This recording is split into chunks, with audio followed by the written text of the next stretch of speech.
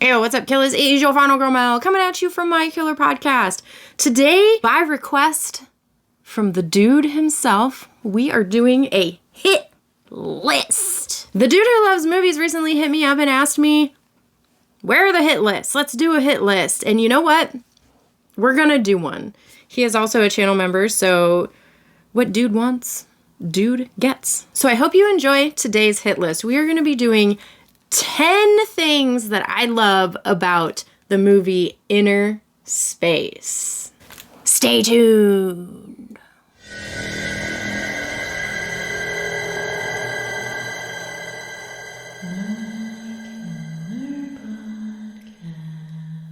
What's up, everybody? If you are new here, I am not only on YouTube, I am also on a bunch of other social media platforms. Kill the description box below and follow me everywhere. I also have channel memberships turned on, and I have a Patreon. So if you are interested in supporting the channel, there are ways to do it. Today we're doing a hit list for Dude Who Loves Movies. His channel will also be linked below along with his Instagram. He has a great YouTube channel, so go check him out. Today we're going to be doing a hit list of 10 things that I love about Innerspace. If you are not familiar with my hit list series, the hit list is basically what it is. It's a list. Sometimes it can be a top 10, top 5, whatever. It's whatever themed, but it's usually a list of a top 10 or a top 5. Today we're going to be talking about 10 things that I love about Innerspace. We recently did a Rad Pack episode talking about director Joe Dante and his 80s films. This movie came up. I went and I bought the Blu-ray. I have seen this movie when I was younger. It was one of my momster's favorite movies, and now is one of mine. So let's get into it. A little background on this movie. It was made in 1987 and it was directed by Joe Dante, who also directed my all-time favorite movie, The Burbs. This movie is starring Dennis Quaid, Meg Ryan, and Martin Short. They made an absolutely dynamic cast, if you ask me. So a basic short synopsis of this movie is Tuck Pendleton is a pilot for the Air Force, and he's kind of hit rock bottom. So he's agreed to do this miniaturization scientific experiment where they're going to miniaturize him inside of a pod and inject him inside of a rabbit, I'm assuming, to learn all of the things about inside of the body of an animal.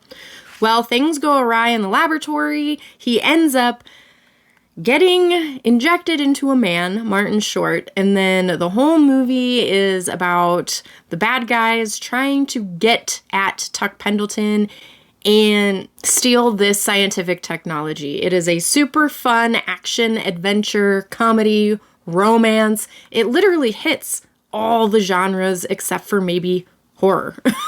So without any further ado, let's get into the hit list. In no particular order, at number 10, we're going to talk about the cast of this movie. Like I said, it's starring Dennis Quaid, Meg Ryan, and Martin Short. Their performances in this film were outstanding.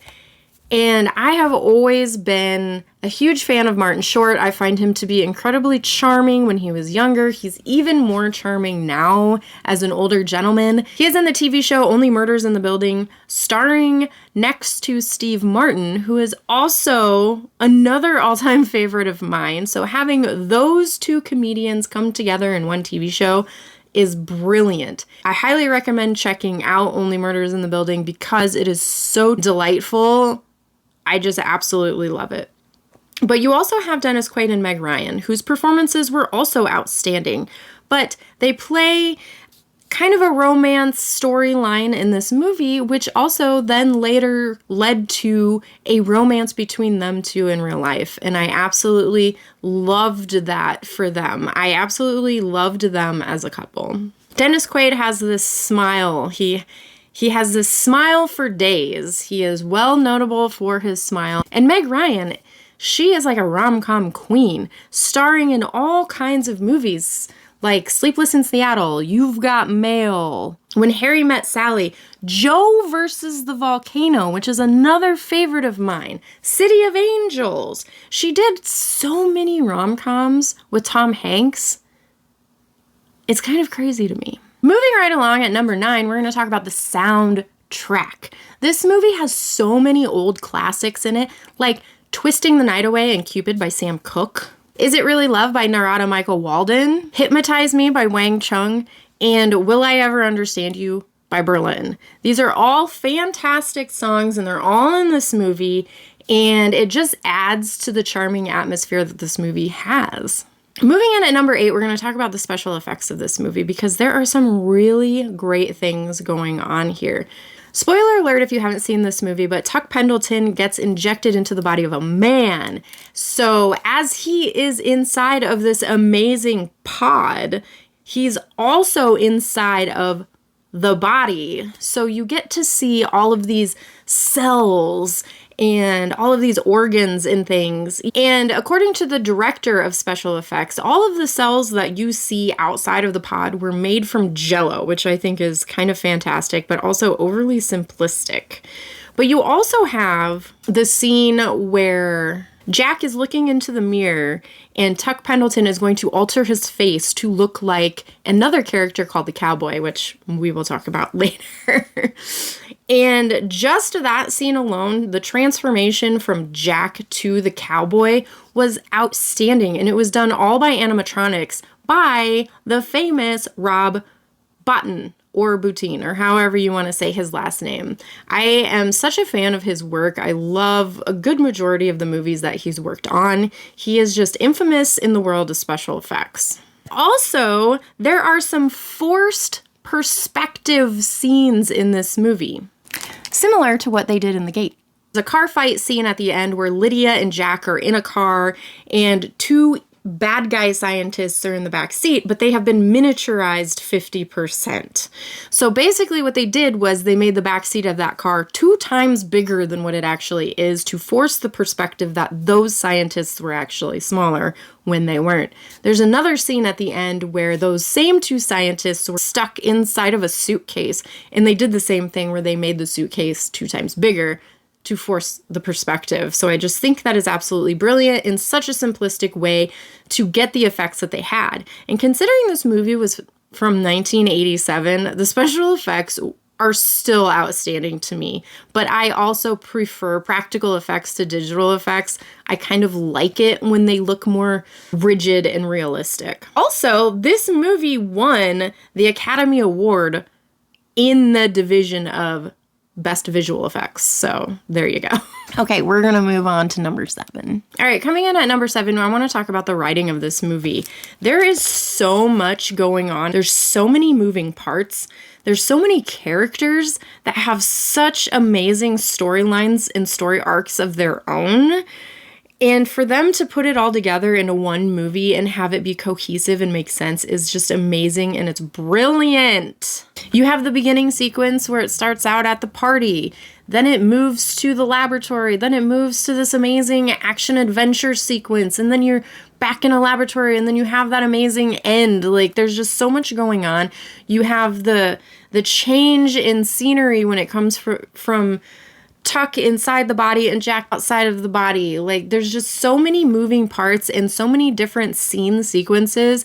It is amazing that they put it all together in the fashion that they did, and it still makes a lot of sense. So I just want to give a huge shout out to the writing and the story. The story is so charming and it's heartwarming, and I don't think that they could have done a better job. So number 7 and number 6 kind of tie in together because I want to talk about the filming locations in this movie.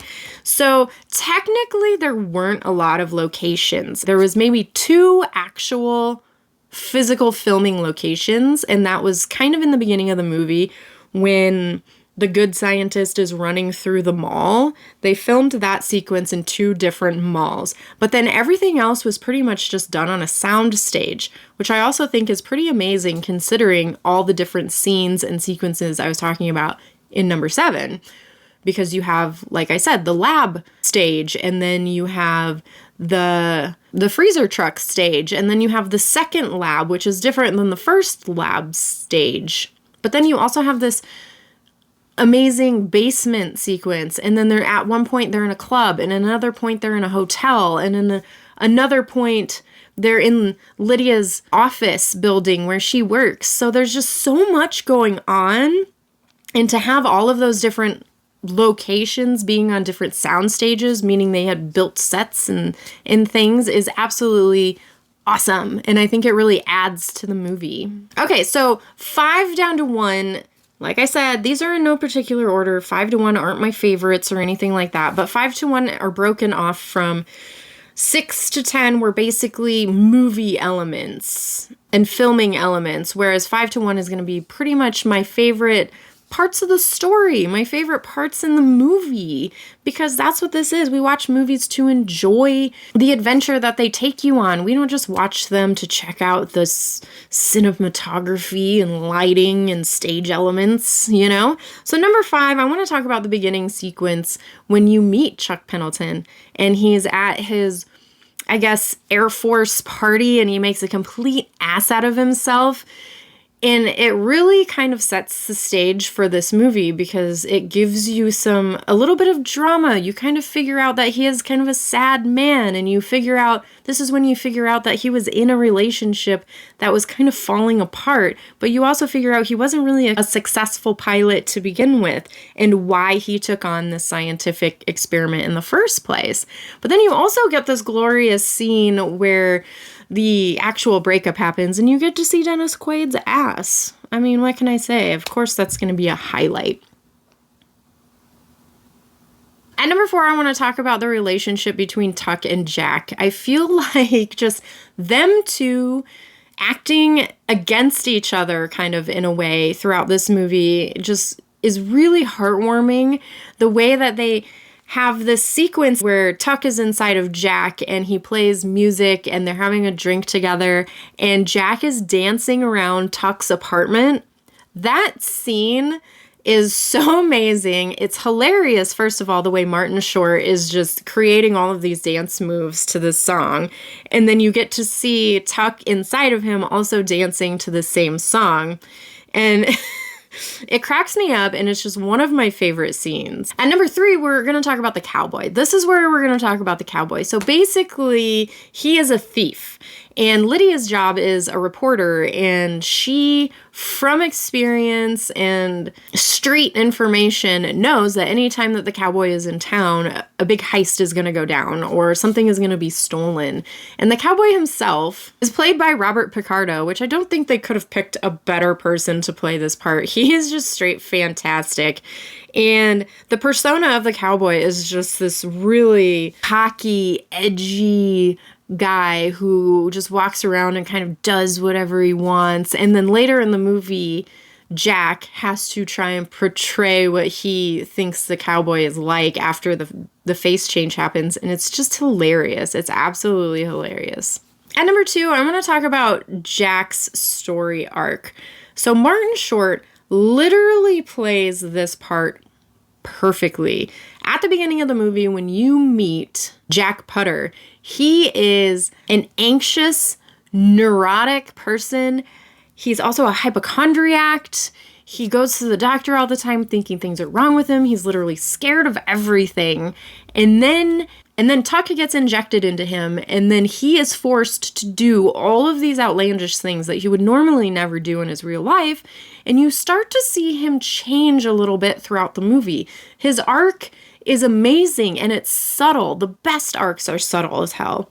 And by the end of the movie, he is this adventure addict, and he's so brave, wants to fight crime, and it's amazing how he goes from what he was in the beginning to what he is in the end, and it was performed brilliantly by Martin Short. I can't say enough good things about his performance. All right, last and certainly not least, and like I said, this is not number 1 in the ways of my favorite or anything like that, but of course, I have to talk about the Lydia Tuck story. That is where the romance element comes into this movie. This is where it becomes heartwarming and charming and all the things, gives you all the feels, and I think that I love this part of the story so much because it actually translated into a relationship between Meg Ryan, even a marriage in real life. Unfortunately, the marriage did end several years later. Meg Ryan having to cheat on Dennis Quaid or whatever. I'm not going to get into that story too much, but you can really see the chemistry between these two actors in the movie, and then to have them be out of love in the beginning and then to see that heartbreak throughout the movie, to see them fall in love again at the end, spoiler alert, it's just another one of those layers to this movie and to the plot. And it was definitely worth it, and I'm glad that they added it in there. They didn't really give you a lot of foreshadowing as to what even happened in that relationship. The movie starts off where their relationship is already on the rocks, but you don't really know why. You don't really know even how long they had been together prior to, but they give you just enough to appreciate the romance element through the movie and then the way that it ended. All right, that is it. That is all. That is my hit list. 10 things I love about Innerspace. The reason why I wanted to do this is because this is not an underrated movie. This is an underappreciated movie. And I want people to really understand this movie, and I want them to check it out if you haven't seen it. And if you have seen it but it didn't really resonate with you when you saw it the first time, check it out again, because this movie really is fantastic, and all of the things that they were able to pull off is amazing, and it still remains one of my favorite movies and one of my momster's favorite movies. Thank you so much for hanging out with me today. If you'd like to help support me and my channel, hit that like button, hit that subscribe button, and kill that bell for your girl. Share this video with your friends. Let's get the word out about this movie and have people watch it and have more people appreciate it. If you'd like to further help support me and my channel, I got channel memberships turned on. I got a Patreon. See what's crapping in those places. But until the next time we gather, have a killer day. Peace.